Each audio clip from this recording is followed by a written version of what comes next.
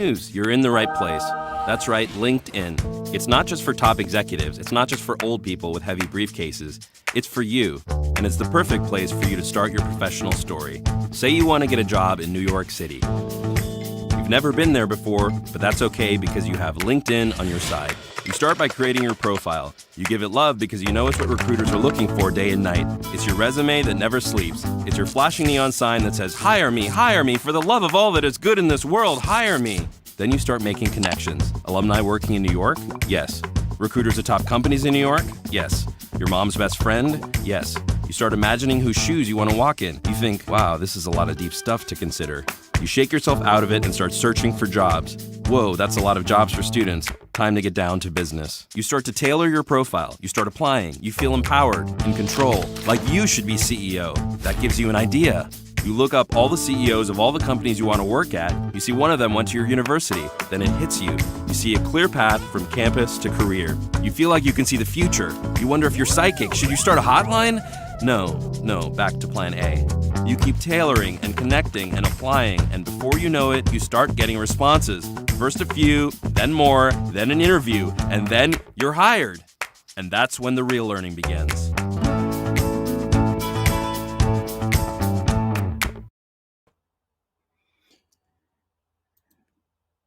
Good afternoon, Africa. Good afternoon, South, Central, and Eastern Europe.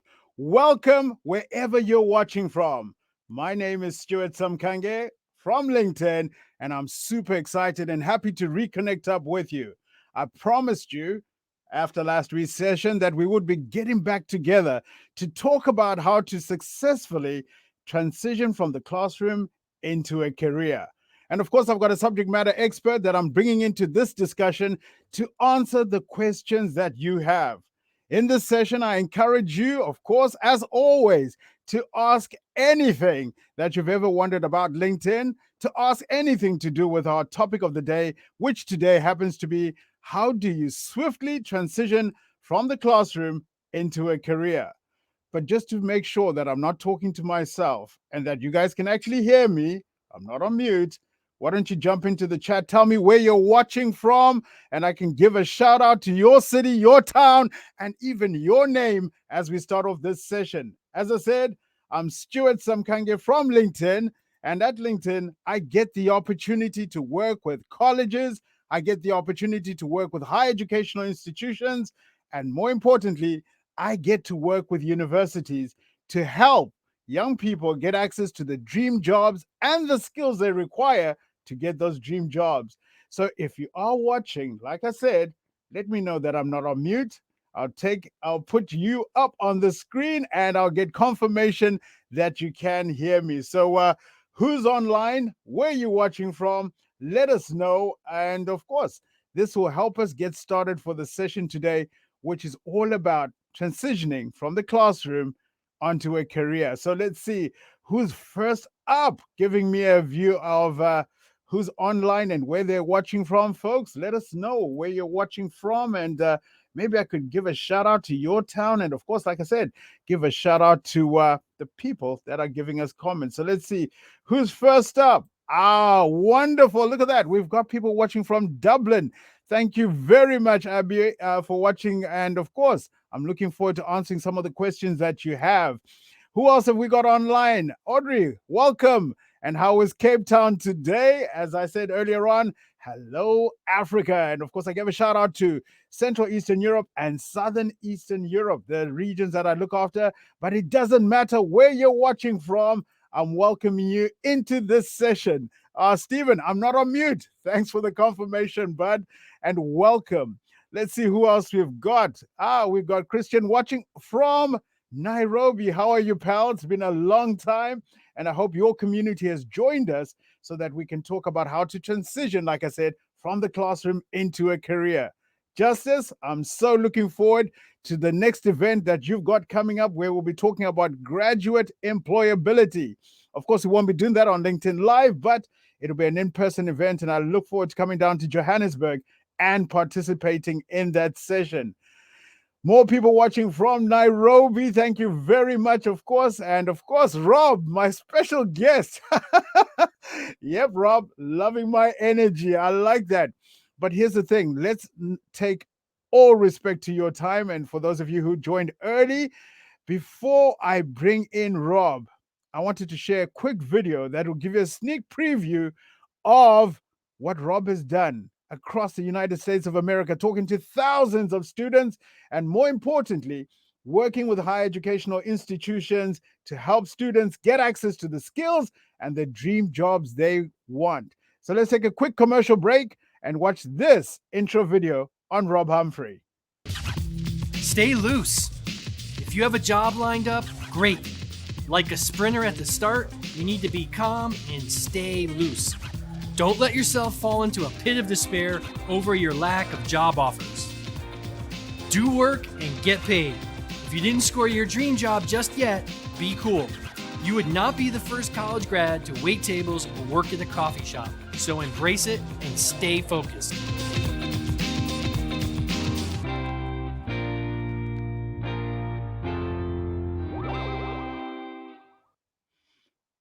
Well, the tech let me down a little bit over there because it started the video halfway through, but I think you get the general gist and idea. And of course, at the end of the session, I'll be sharing that full video. But as I said, my special guest today is Rob Humphrey, and he works at LinkedIn and has been working in the higher educational sector, talking to students like yourself, or those of you who used to be students and are now graduates, helping them get access to economic opportunities. Without much further ado, allow me, ladies and gentlemen, to bring in my special guest today, and of course, our subject matter expert for today, Rob Humphrey, LinkedIn's MVP and creator, who's gone around the US speaking and helping people get access to opportunities. Hey, Rob. Hey, Stuart. How's it going, my man? I'm all right. Oh, I love it. I love it. Thank you for joining us. And especially, what time of the morning is it there? It is 4:38 a.m. in Los Angeles here, man. 4:30 a.m. in LA. Folks that are watching, show Rob some love. I know there's, of course, reactions on LinkedIn that you can press the heart button. Show Rob some love. He got up at 4:30 a.m. just to speak to us. Yeah, I love the energy, man. I'm already waking up. I'm feeling good. I'm going into my day with the Stuart energy. I'm so blessed, man. Thank you so much. Thank you, man. You've been an inspiration. And of course, probably one of the big reasons why I ended up doing what I do, which is working with universities, because it's all about helping the next generation get access to opportunities. So thank you for leading the way.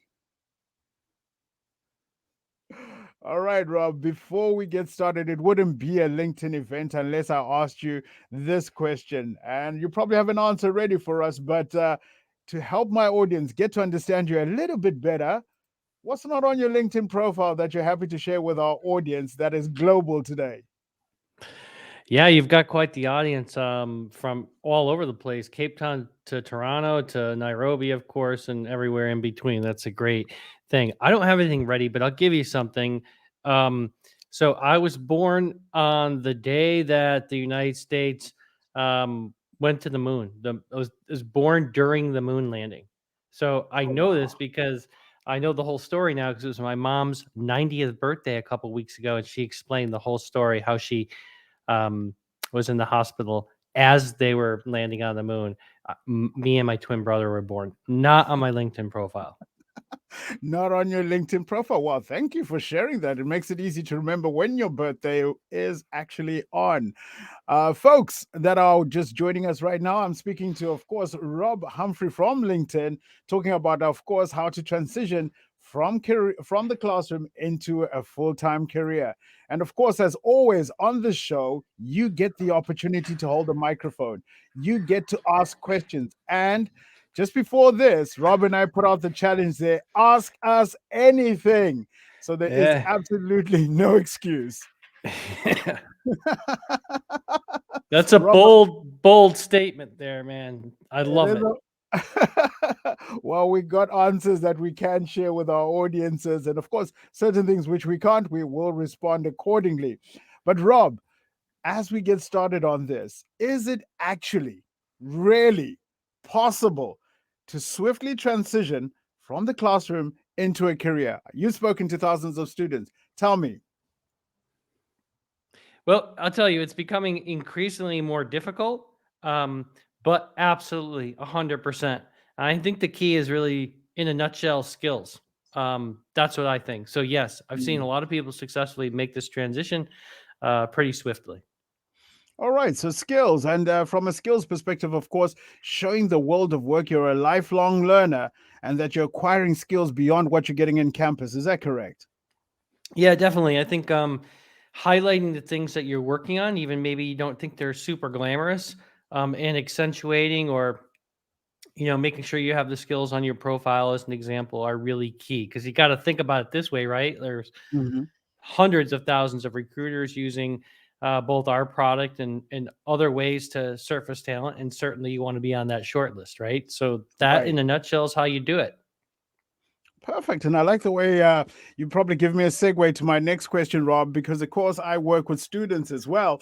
And questions come up around having a LinkedIn profile. When should I bother to get it? Should I not be looking at getting it when I'm applying for jobs? Tell me, what have you found is the best way to answer and respond to this question? So you're talking about basically like using LinkedIn to apply for jobs. Is that what we're talking about? Well, yeah, exactly. So, how does my LinkedIn profile help me Yeah. transition from the Yeah. classroom to career? Yeah. Yeah, so a couple things. You've got recruiters out there, of course, hiring managers, and we always say recruiters, but let's just qualify that as Hmm. universally people that are hiring, right? And it's recruiters, the actual people hiring, whatever. So LinkedIn profile is almost like a key piece of currency. It's like the currency of your professional experience, and even more so than a resume or any of these more sort of archaic sort of aspects. So I think that like having the thing filled out, having a LinkedIn profile completed, and then starting to harness the power of the feed are two things that you need to focus on. They're a huge advantage in terms of making this transition smooth. I like that. Thank you very much for that succinct answer. And of course, one of the questions that I got in before this session, and of course, folks, like I said, the whole idea behind today's session is not just to you watching me, Rob and I having a conversation. You can participate in this conversation. So get into your comments and start asking those questions, and Rob and I will try and best answer the questions that you have. Rob, here's another question we've got here. Should students write their profile in first person or third person narrative? I say no to the third person situation. I say no. When I see it, I want to just cry. I really do, Stuart. So I'm going to say hard no on that. You're going to say a hard no on that one, right? Yeah. Yeah. All right. So, folks, yes, this is your profile. This is where you're telling the amazing, dynamic story of you as a young professional. So, rather than making an autobiography or making it like an epitaph, let's write this in our first person narratives and own our story on LinkedIn. Rob, you probably answered a bit of this in my earlier question, but one of the questions we got here is that based on the experience you've had with thousands of students, what has been the top 2 tips that you would give someone, especially if they're looking to swiftly transition from the classroom onto a career? Yeah, I'd say first of all, don't sweat everything. Like just be calm for a second, right? Number one. Number two, and what I mean by that is a lot of people they don't have the skills, they don't think they have the experiences. But I'd ask you this, right? Have you Mhm. volunteered at all? Have you done any kind of work? It doesn't matter what it is, working at Taco Bell or working at the local store. It really doesn't matter. If you have any work, you've got to be on there. And I think even like stuff like the experiences, the thing you have to remember here is everything is searchable, right? So Right. someone's looking for someone, they're going to be looking for keywords, skills, even experiences, right? So I think that like getting everything on your profile and really getting focused on the sort of more of the networking aspect, which I know is kind of a crazy word to throw out, but like that's where you should be, sort of focusing your time. Um, in my opinion. So that's kind of the key aspect of this. I love it. I love it. And it's kind of a segue to really my next question. That's more from me is that, of course, there's some certain skills and, of course, activities that you can do as a young student or young graduate that are going to help you get that competitive edge. Any ideas on what are some of the things based on your interactions that have helped people get the competitive edge? Yeah, I mean, I think to get your dream job or any job, you've got to look at where the demand is. And more, and Stuart, I know that you're excited about this and you're at the forefront of this. But I'm excited about it too, is the idea of sort of hiring based on skills more than anything else. Now, your Mm, degree or your schooling is super important, right? But if you can kind of bridge the gap between those two things, I'll give you an example. My daughter called me the other day. She's at college in Colorado, and she's taking some marketing classes. I got really excited because I know that that's a digital marketing, live streams, all these things that you're doing, Stuart. These are in demand skills. So if right. you can get them without needing to have any work experience. They're not difficult to get. Some of them are hard skills, but I also say the soft skills, right? The ability to actually get through an interview successfully, to communicate successfully. If you connect those two things up, I think that you'll find that you can get a really good competitive advantage. And the third thing that most people don't know, and you and I love this tool, is using the tools on LinkedIn to figure out who in your cohort, who in your class, who your classmates or schoolmates, like where have they gone out to work, and how can I leverage that to some extent. Absolutely. Of course, reaching out to your alumni is one of the most powerful things you can do for yourself. And it really starts with you having on your LinkedIn profile your school correctly identified with the education that you've been on, because you can then go onto the alumni tab and have a look at who went to the same school I did. Where are they currently living? What jobs are they doing? Where do they live? That could be the great start for you reaching out and saying, look, I'm looking for opportunities particularly in your sector. And I want to understand how you got to where you are, and of course, how it can help me as a young professional. Of course, it won't be smart for you to reach out and say, I'm looking for jobs. Are there any jobs in your company? Because guess what? You're on LinkedIn. You can do a bit of that research yourself. Once you've identified that that company has jobs that speak to things you're interested in, start looking at your alumni, who's working there, and start building up that useful network of people that can help you prepare for interviews. Rob, I love the fact that you said your daughter is working on digital marketing. And what I did in the last live stream is I highlighted the 10 top jobs that are in demand on LinkedIn that require people to have skills that can be learned online. And what I offered to my audience, Rob, was access to the courses that would help you apply and get these jobs. We have just 10 days left of that offer. And if you Wow. keep watching until right to the end of this session, I will be sharing the link on how you can get access to those skills. And guess what? Digital marketing jobs was one of the ones that we offered. Rob, moving on with our conversation of transitioning, of course, from the classroom to career. How can universities best support young graduates to get access to jobs? Yeah, so I think that they could do a couple things. One is making sure that um, they're prepared for really, I think, the most important aspect of sort of the job search, which is interviewing. Mhm. Um, and some schools do a good job of this, but I think that this is really the most important thing. And when you're in a group like these are, people joining this call, I see a lot of people from a lot of different places, like, even like kind of getting together on something like this with the what you're doing, and kind of like creating almost like a support group, but not in a needy way, rather a group of people that want to sort of move forward. I guess what I'm saying is schools have a really unique opportunity to help people sort of bridge the gap between, you know, what they've learned at school and whatever skills they've acquired, soft skills and hard skills, and how to like convert that into something that's meaningful in terms of work. Um, so I think that's one thing. The other thing that a lot of people or a lot of schools have the LinkedIn Learning that they're not even aware of, like, or don't market to students very well. I don't know if that's experience with you, Stuart, but like Yeah. at least in the United States, like people have this amazing tool, and sometimes it's not utilized because people don't know about it. They need to tell more people about it, because all of those things you're speaking about, like interviewing or how to position yourself as a personal brand, or knowing more about a particular industry, or knowing more about a particular profession, all of that content is on LinkedIn Learning. Folks, the content we have on LinkedIn Learning, and today it's currently sitting at 17,000 courses, Wow. is literally based on insights that we're getting from the jobs. So, what are companies looking for? What is the work of the future? What skills are hard to hire for? And having understood that, we then curate and have that content available on Yeah. LinkedIn Learning for you. Yeah.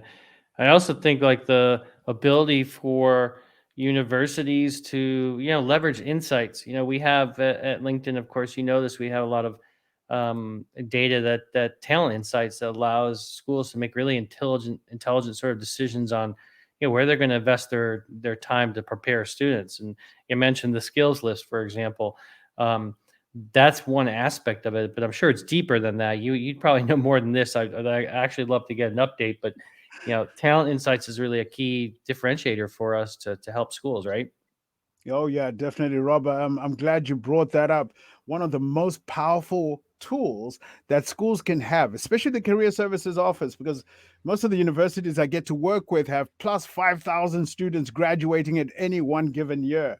And what we have found is that in the career office, there's less than 5 people working there. And all of these students are coming in wanting to know, where do I get jobs? Which industries are hiring? Or I'm looking to move to a different country. What jobs are available based on the skills that I have? And how we have helped other higher educational institutions out there, particularly universities, is that we give them access to talent insights, which lets you know where are the jobs, who is hiring, which industries are growing, what attrition companies are facing. So not only can we tell people that there are jobs at Microsoft, we can go one layer deeper and say, specifically in Microsoft, these are the skills or the areas where they need the most help. And guess what? It's not just Microsoft. You actually get, with Talent Insights, the ability to look at any company that is on LinkedIn, so that you can help your young graduates pinpoint where the jobs are, know when those companies are hiring, and of course, position them for success. But like I said a little bit earlier on, Rob, it's not just about you and me sharing what we know about how to transition from career to, from campus to career. Look at that, Rob. It's still early in the morning, even for me, right? It's 12:30. I want to give a chance to some of our people that are watching online to ask questions. So let's see. Sarah's come in with a question here. I haven't pre-read it, Rob. Read along with me, if you will. When it comes to networking, would you encourage students to send messages to people on LinkedIn? Or is there another way to approach and create meaningful connections? Thank you very much, Sarah. Rob, give that one first over to you and see what your take is. Yeah, so I think 100% you should be messaging as many people as possible as you possibly can do. One of the things, Sarah, that I would suggest is maybe people that are in your current school, or people that have graduated recently. Those would be good targets for you to reach out to. But yeah, there's a lot of different ways to reach out on LinkedIn. But the other thing is this, Sarah, that you could focus in on. Sometimes you don't always need to be reaching out. But you don't need to be connecting either, and that's following. In this case, it's very, very easy and important to be a follower of people. So what I suggest is, if you have a target company, let's say 100 companies you're interested in working in, right? Well, you should be following those companies, but more specifically, you should be following the people that are likely to be a recruiter or hiring manager for that company. But that's my take on it, which is, definitely use the messaging feature and the other features that allow you to sort of stay connected to people that you're interested in. That's What do you it. think, Stuart? Yeah, man. You also have the opportunity to follow particular hashtags on LinkedIn, and you have the opportunity every day to be a teacher. So you're learning all sorts of things every day about your profession or the area that you want to work in. Why don't you share on LinkedIn in a succinct way your perspective or your view, or share an article that you recently read? Because here's what's going to happen: you're going to start living rent free in the minds of those professionals in that industry. because they will get to see the content you share on a regular basis and start perceiving and seeing you as a subject matter expert. And when opportunity arises, they're going to start come knocking to you. So don't just build a great profile. Don't just only reach out to people through in-mails. Also share your perspective on the industry, what excites you, what new innovation you're seeing, because guess what?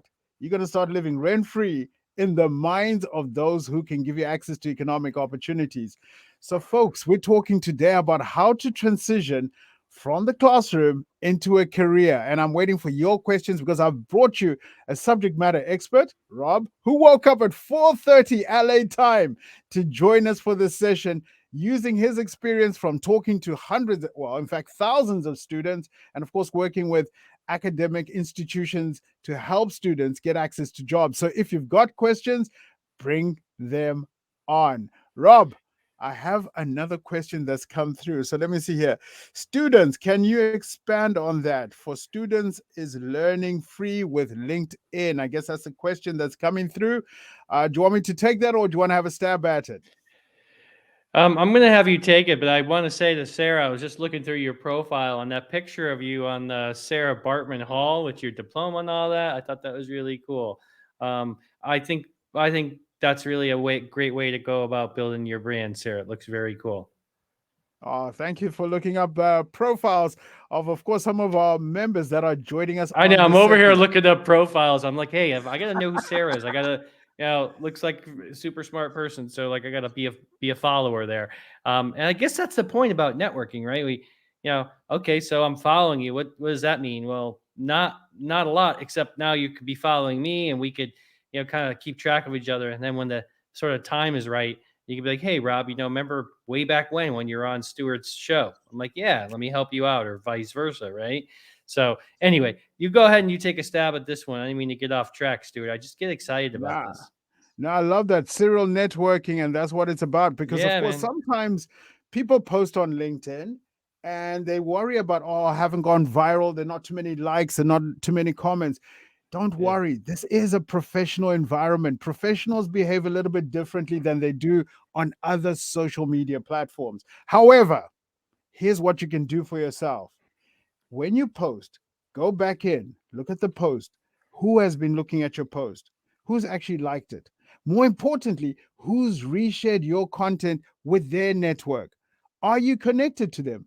Start building up those meaningful connections. On LinkedIn, one of the things you might see is first degree, second, you see first, second, and third in terms of connections. Your first connections are those you're connected to and those that you know. Your second are those that you don't know, but you should be really connected to. And your third degree connections are people outside of your network. Now, when it comes to finding a job and transitioning into that world of work, if we think about it in the real world, if I was to ask my first degree connections for a job, yeah, they can try and help me there. But what you're going to find is that your second and your third degree connections are likely to be more powerful. So, what's that? In the real world, I'm going to ask my neighbor for a job, but chances are my neighbor's sister, my neighbor's cousin, my neighbor's workmate knows of a job that can help me get access to economic opportunities. So take care, take time to look at those who are reading your content, that are adding their perspective. Don't chase the viral dream. Rather, meaningfully connect out with those people, because they'll help you get access to opportunities. But we had a question from an anonymous LinkedIn user. It says here, just expand a little bit. Is the learning free for students? So here's what I was offering, folks, just to make it absolutely clear. So in my last live stream, I talked about the 10 jobs that were most in demand. And then I said that as a special giveaway to you, there would be an opportunity to access those courses before the 30th of September. If you stay connected on this session, whether you're a student, whether you're a professional, or you are a job seeker, I will be giving you access to that link so that you can get access to that learning. However, if you are an institution, so you're a university professional watching this in teaching and learning, or in career services, alumni relationships, guess what? You can partner with LinkedIn and get LinkedIn Learning for all of your community and your students and community. I mean, students, faculty members, and of course, your staff members as well. So, folks, you have an opportunity to ask questions. Rob, I'd like to proceed with my next question if you are ready for it. I'm ready, man. I thought you were going to say you were born ready. Basically. Rob, some universities, and I know you've been from one coast to the next coast across the US, some universities stand out better in terms of enabling their students for employability. What are some of the things that you have seen so that my university professionals that are invited and are attending this session, what makes one university better than the next one in terms of employability? I love that you're gamifying employability among schools. I actually think, Stuart, that you should create a scorecard of the top 25 universities. Um, Maybe do one for Europe, one for Africa, whatever, right? Have these lists of what the best universities are. And you can base it on the following criteria, which is your question. The Right. way universities can be successful is three ways. One is stop sending someone when they graduate like a postcard asking them where they ended up, because you could look that up on LinkedIn and just see where they got a job. Number one. Right. And number two, that brings me to, it's associated to number one, which is track outcomes for everybody. Just track the outcomes. Why would you do this? This information is super invaluable, like figuring out where people actually went. And this is where it becomes interesting, because a lot of people would contend that if you go to some elite university, right? What's the Right. elite? Whatever the elite university is where you're at in Dublin, right? Like if someone goes to that school, do they have an advantage over everyone else? I would say if you're doing the career services thing correctly, there's no advantage. It's a relatively level playing field. If you get people to do the third thing, which is like really teach them how to network. And I keep mentioning this word, like, how I feel about it. It's like networking, connecting. It's a scary prospect, right? For me and you, Right. we do this all day. We get people calling us, emailing us. We have plenty of people to connect with. But when you're coming out of school, you don't, right? You really, sometimes it's depressing. You don't have anybody. So I think schools could do a better job of connecting people that went to the school or that are supporters of the school in the employer realm, um, and doing more of that type of work. And I think that's where the rubber meets the road. Outcomes, preparing students to understand the job market, of course, and then the third thing is really having a deeper dive into where people end up, and that's a really powerful piece of the equation. It doesn't matter if you're an elite school or some apprenticeship. Yeah, yeah. Oh, thank you, Rob. I think I got a little bit of homework there in terms of trying to rate out some of the I universities think that it'd we're be working cool. You with. might get in a little trouble with the internal HR or PR people. They might want to like look at that list before you send it out, but I'm just saying, But throwing it out definitely, there. there are significant things, like you rightly pointed out, that help other universities stand out over other institutions. Folks, we're getting close to the end of this session. So if you had questions that you've been grappling with around LinkedIn Learning, around LinkedIn, the platform, around, of course, how you transition from the classroom to career, make sure to get your questions in right now so we can answer them. But Rob, moving over, I think I've seen on some of your posts, you talk about this concept of have fun. Yeah. What Yeah. is it? Is it actually possible to have fun on Yeah. LinkedIn.com? Yeah. I mean, I don't know if I don't know how possible it is to have fun on LinkedIn.com, but I guess what I'm trying to say is, you definitely want to dream big, right? Obviously, that's, part of the show, part of the people on this show, like Herman from Nairobi and Duncan and everybody from Nairobi is like, they're tuning in and they're loving this. I guess what I'm trying to get at is you can have fun. You can make this you can make this whole process of searching for a job fun, but really just in your life. If you're not having fun in addition to dreaming big and doing work, um, well, I kind of like question your sanity. So I think that you should really always try to make it fun, whether it's a job search or life or whatever. Try to throw some little excitement into the mixture. And I know that's not easy. But it's an important thing. Well, talking about having fun, my next question was really a bit of a segue. Of course, Yeah. what's your best advice when people come up for semester breaks or when they come up for breaks during their school term? What would you recommend? And probably having fun is one of those things. But what else would you recommend that young professionals who want to be successful, young professionals who want to start building up for those careers? What are some of the recommendations that you would have for them? Yeah, so I've got a ton of recommendations, but let me throw this one out.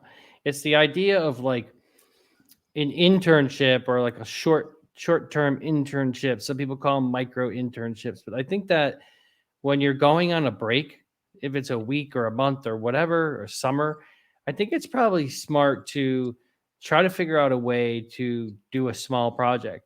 And you'd be probably surprised that if you reach out to enough people, you could probably find some small project to do that's even paid, which is important. Mm. This whole idea, Stuart, of like doing stuff for free, I'm not really keen on that. But the idea is to find something that's useful or double down on a skill. I mean, if you have these 10 free courses and I had a week off retrospectively, of course, because it's been a few years since I graduated college, right? I would double down on something like that. Like I'd go learn a skill. I mean, I was going through James Raybould left LinkedIn. He's a guy that's been around for a long time, as a mentor of mine. And man, I was going through the stuff that he had learned, and it really got me inspired to think like, if I had a break or a summer off or whatever, I don't know. I think what I would like to do is, or what I would like to suggest is like pick a skill and like learn that something that's maybe really challenging just to learn something. It doesn't even need to be a super, high demand skill. Try to learn right now. I'm trying to learn more about like bird watching. I'm trying to learn how to potentially play the ukulele. Like just learn something, anything. I think that'll keep the brain synapses firing and be a really useful endeavor. Yeah, definitely do work, like you always say, right? Yeah, yeah, Whether it's helping out in a family business, taking part in an incubator hub, do that work and add it to your LinkedIn profile as yeah, work experience. Because, like Rob was saying a little bit earlier on, everything on your profile is searchable. And of course, as young professionals, one of the questions you keep asking me is, how do I tell the story that I actually have work experience? Well, as you heard, you can take up internships or during your summer or semester break, do the things that will help you as you transition into the world of work. On to Rob, as we're getting close to the end here. I want to start talking about some of the research we've been doing at LinkedIn, and more specifically, what are the things that influence employability? And what we found is the number one, hear me right here, influencing up to 64%. Number one factor that influences employability is employee connections. Rob, what's your yeah. perspective around this? Yeah, so this is an interesting one. So the employability of graduates, of course, employee connections is the most important thing. But I think a lot of people scratch their head and they're like, well, how do I get those connections, right? Um, I mean, that's really what it's all about, right? So I'm not surprised by this. I think that people want to hire people that are sort of closely connected. I know that you have a much increased odds. I think it's 4 times, 4x, advantage if you have a connection at a company. So I think one of the questions, Stuart, to add on here is like, well, how do you make all this happen? And that's really where the rubber meets the road, right? That's it. That's it. Take an interest in people, right? So, as you start preparing yourself to work for an organization, I find that it's best, of course, to have a look at who is in that role in that company and meaningfully connect out and reach out to these people. Take an interest in their career, their journey, their background, their skills, and their education. And when you have shown an interest in that area, then it's much more easier for those people to be Yeah. responsive to you, to connect, to share with you and give you informational interviews. Rob, what are informational interviews? I keep dropping this word and this terminology. It might be a LinkedIn thing only. What is informational interviews? Yeah, so informational interviews in a nutshell are like you're getting an interview or a discussion with someone, but there's no real job at play. You're just saying, Mm, "Hey, listen, I want to talk to Stuart because he's a cool dude. He runs this show. He's a big deal at LinkedIn, like that type of thing. And this is a really important piece because all this is basic. It's marketing. So you had mentioned something that's really important because a lot of people on this call are like, well, how do I actually do that? Right. And the answer is pretty simple. Like reaching out to people is not that difficult. You could do it on LinkedIn. You don't really need any special account to do that. You could do that other ways. Of course, you could look up people's information, but it's pretty easy to do. Aside from that aspect, I think that really what you need to be doing is like thinking about a unique way to make that connection. Most people send an email and it's like this, and I get them all the time. I was looking at this I was not paying attention. I have another screen over here, and I was Right. looking at the so I think that if you reach out to most of my emails look like this. Hey, I want to connect with you, get a job at your company at LinkedIn. Here's my resume. My first reaction is, why are you sending me your resume? Like, honestly, I don't need your resume. I'm on LinkedIn. I see you're messaging me. Number two is, what kind of job are you looking for? You didn't even specify that. It's almost like you're just sending this to everyone. Now, let me give you another way to do that. Rob, I noticed that you did a talk with Stuart on his show recently. I really learned a lot. Also, I noticed that you started the Ithaca College mountain biking club when you were in school, way back in the days of the abacus. Tell me, how did you, whatever, like I want to have a virtual coffee with you or whatever. So there's three aspects of that. One is you've read my profile, right? And you've made some connection, a general connection. Two, you've made a specific connection about something that I've done that you are either interested in or you've done yourself. And then thirdly, obviously the call to action, you're going to be like, hey, let's talk briefly, like 10 minutes. I can set it up. Just let me know when you're available. That's an informational interview. Now you're on the phone with someone. There's no pressure because there's no job. And you come to them with a preset list of questions, just like you come to your show every week or whatever, right? Like have a list of questions and you kind of get through that and see if you can build a rap with that person. So in a nutshell, that's the ticket right there. That's the ticket. Yeah, definitely. That's how you Make do it personal. Get to know the person, or at least make sure that the person gets the feeling that you've genuinely read their profile. No point in asking me for a job if I'm not a hiring manager and I don't have a team that I manage or that I can influence that hiring perspective. But really reaching out meaningfully and intentionally to build something, both for you and for the other person on the other end. So, Rob, the number two factor in terms of the research that we did, and here we interviewed up to 4.5 million professionals on what influenced their success in terms of getting access to jobs. And what we found is the number two factor is around work experience. If students have work experience, this will increase their chances of getting access to a job by 62%. Your perspective? Yeah, here's my perspective. I think that if you don't have work experience, maybe you're at a disadvantage here, right? So you have to look at it and think, well, do I have any work experience?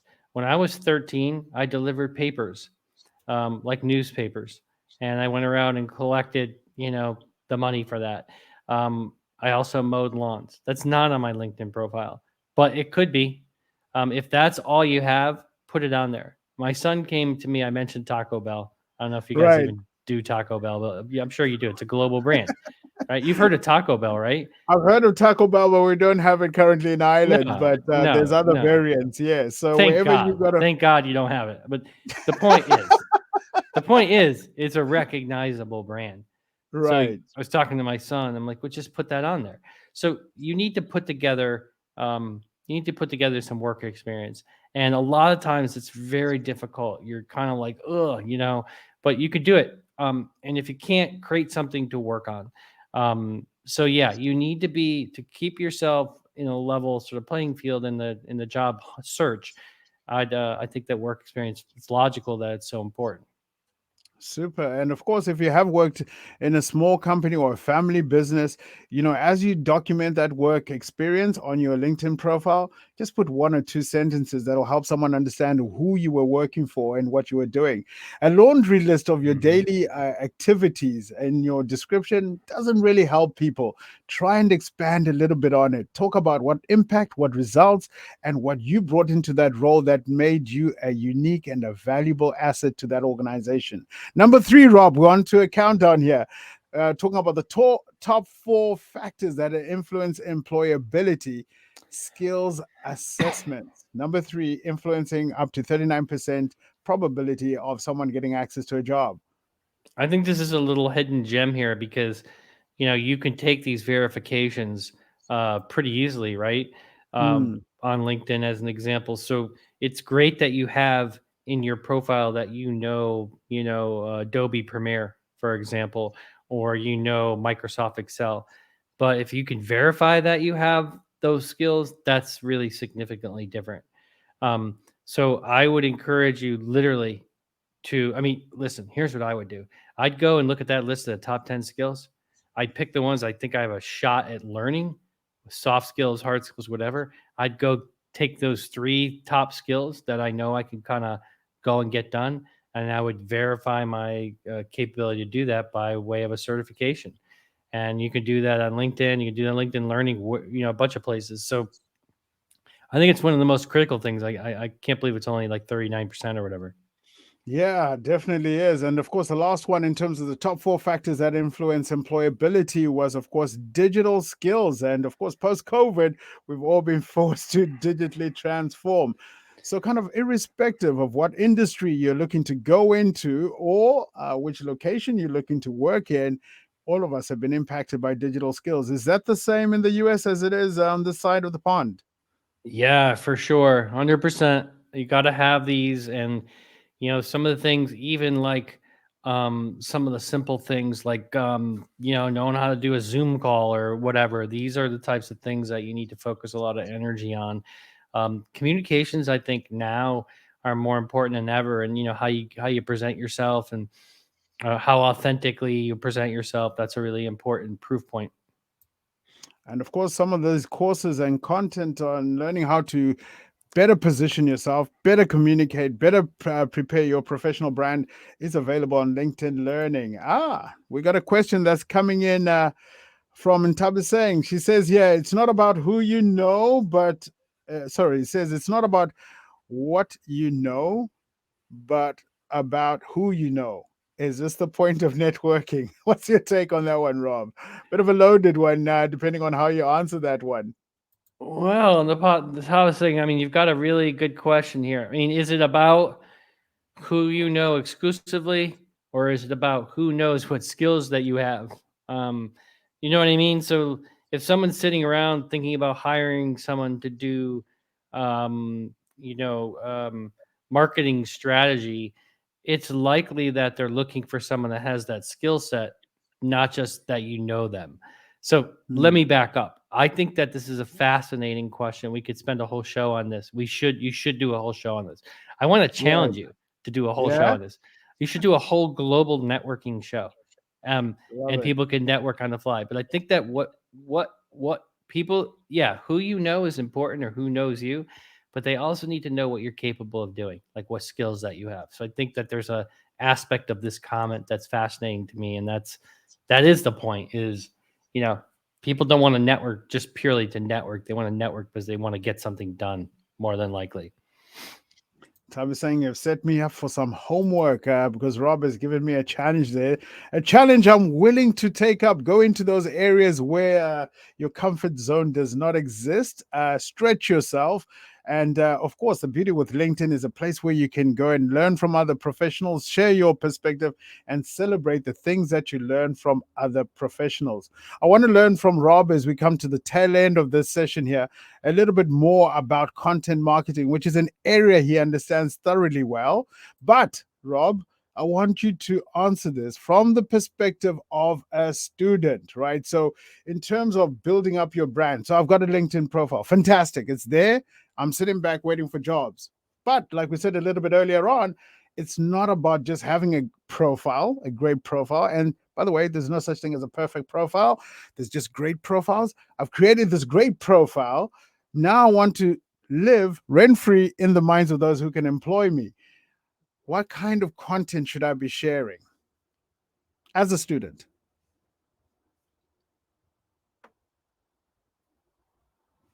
We can hear you, Rob. I think you've gone on to Zoom. You've gone on to I know, mute. I know. We were just talking about digital communication skills. And I can't press the mute button. I mean, that's not good, Stuart. That's not good.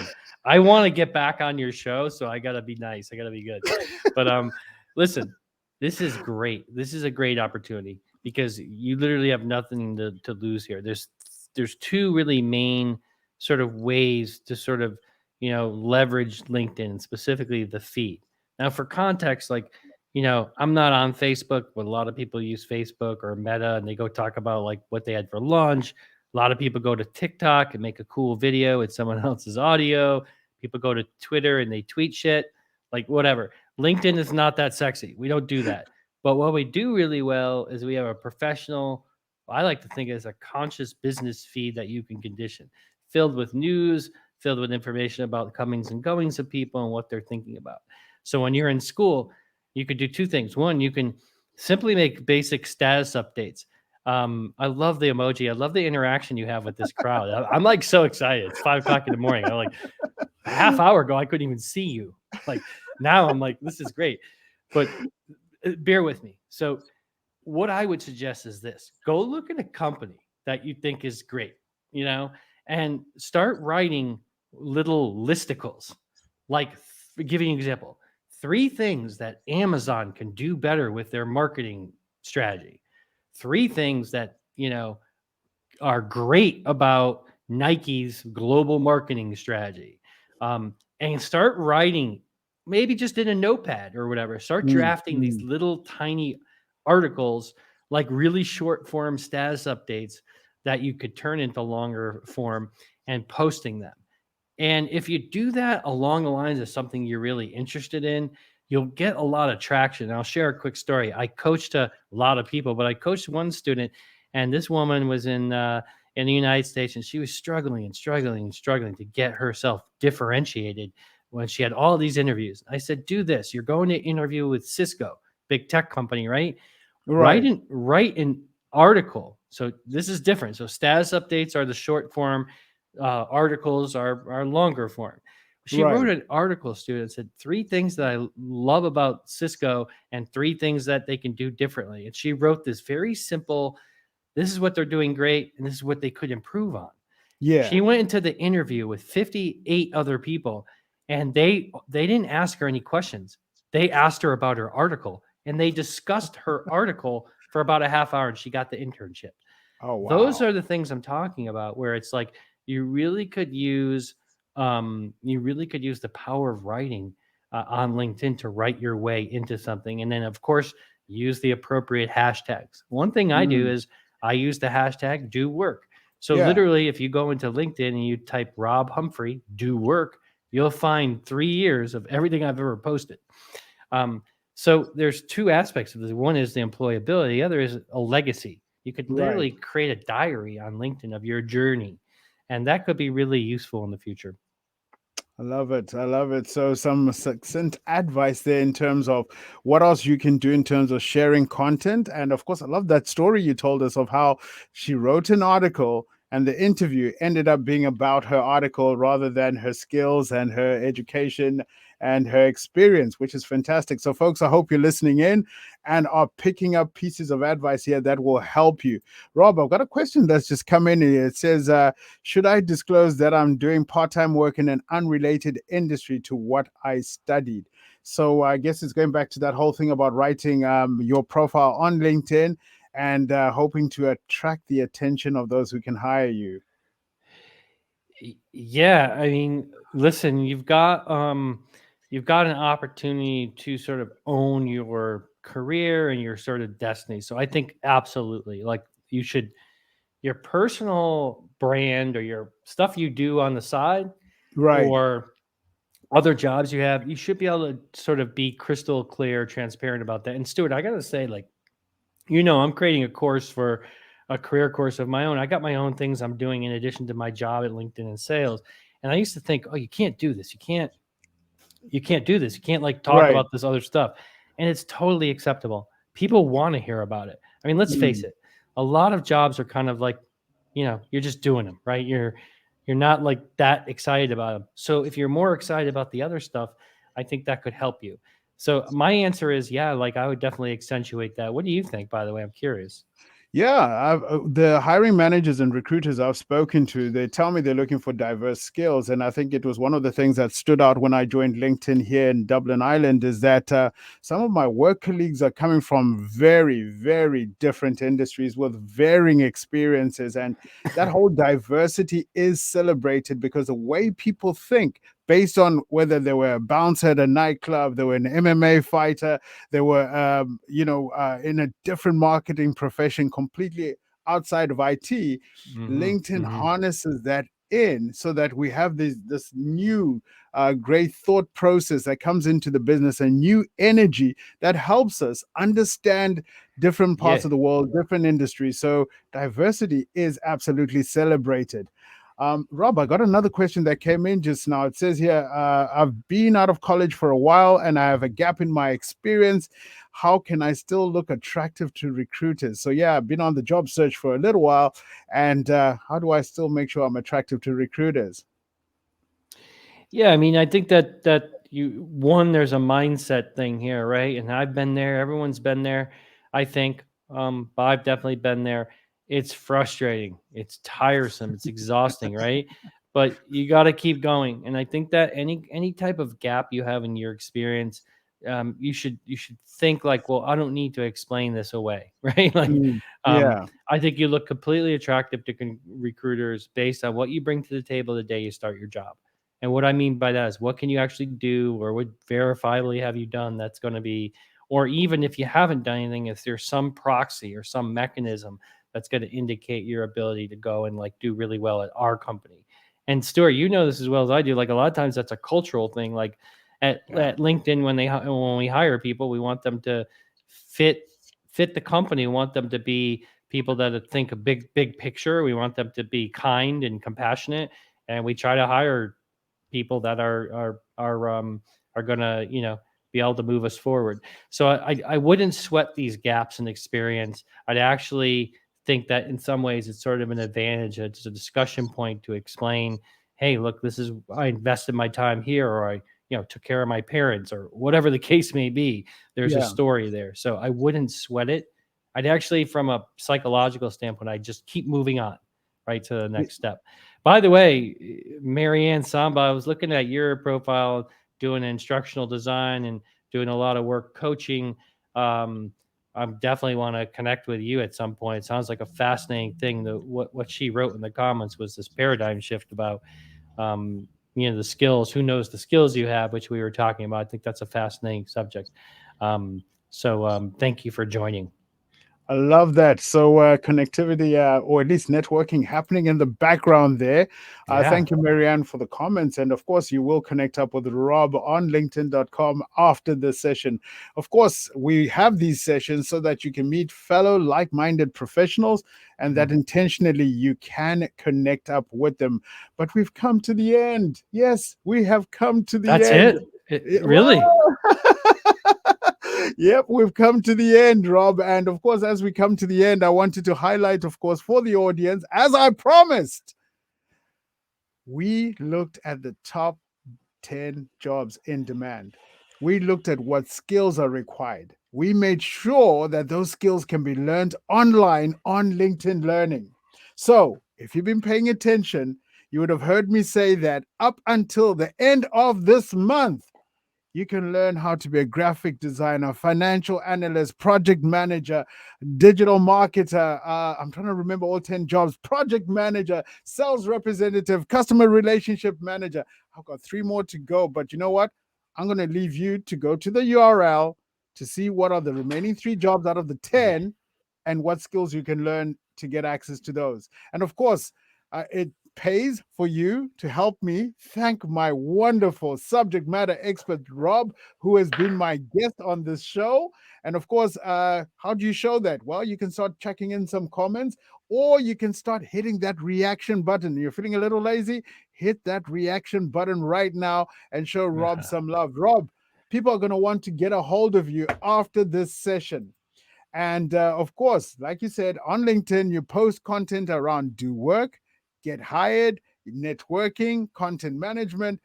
Where else can they find you? Yeah, so definitely give me a follow on LinkedIn, of course, and you can check out the doworkproject.com to see what I'm up to on that. And let me know how I could be helpful. Thank you, Rob. Thank you for your time. Any parting words in terms of transitioning from the classroom to career? Well, I think, the people on this call are it's a smart start to be getting on this type of a show with someone like Stuart. And Stuart, thank you for having me on and for doing all you're doing for everybody. It's wonderful to see you helping so many people, especially as they're coming up out of their career, give them a leg up. So kudos to you, man. And thank you, my brother, for having me on the show. I appreciate it so much.